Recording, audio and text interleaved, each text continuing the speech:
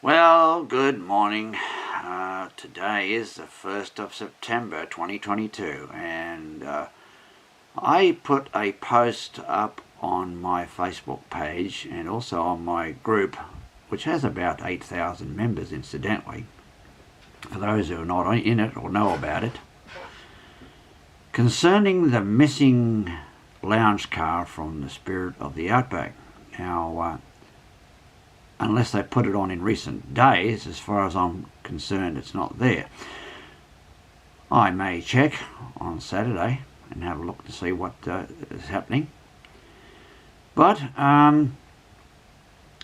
in a sense, I would like to discuss that issue for now, and that is, last year I noticed that the lounge car was not in the consist. I asked somebody on the staff, and you can't be absolutely sure because some of these people are not railway enthusiasts or knowledgeable about everything that goes on QR and so on, but I was told that, well, the lounge car is either being repaired or it's being upgraded, and this was last year, by the way, and it will return early next year, which is 2022. Well, we're into September and it's not early, so where is the lounge car?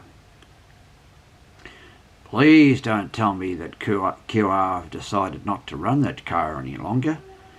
I sent this post, as it were, to Queensland Rail, and I got an automated response,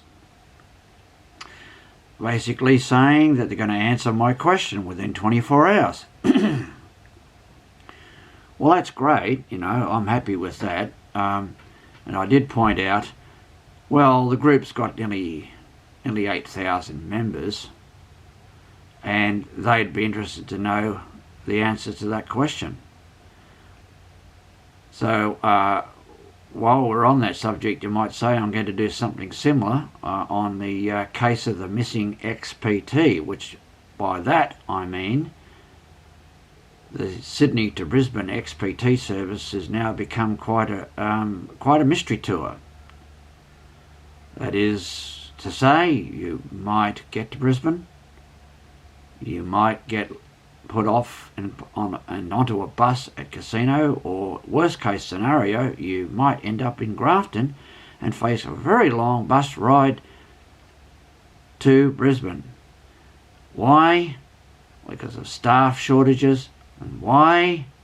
Because of isolation with people who have COVID-19. Now, I don't want to get into arguments with people about that other than to say that restriction, it's all bureaucratic, of course. The bureaucrats and health officials and the like are controlling our lives actually at the moment, but they decided that as of the 9th of September, passengers on airlines don't need to wear masks, and isolation can be reduced from 7 days down to 5.